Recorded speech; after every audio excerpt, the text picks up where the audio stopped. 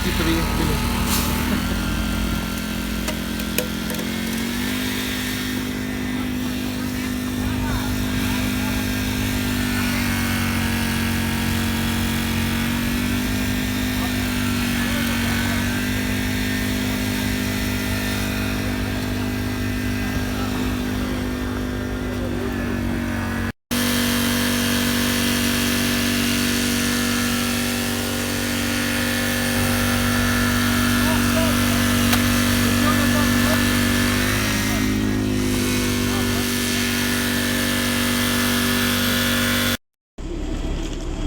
Сегодня, 18 февраля 2021 года, в 19 часов 4 минуты на 66-м километре автодороги Игра-Глазов водитель автомобиля Renault Logan 83-го года рождения при совершении маневра разворот не уступил дорогу встречному транспортному средству автомобилю Suzuki под управлением мужчины 55-го года рождения.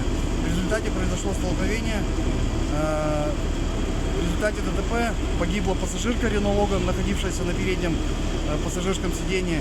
Также пострадали оба водителя и пассажир автомобиля Suzuki Ignis. На месте происшествия работает госавтоинспекция.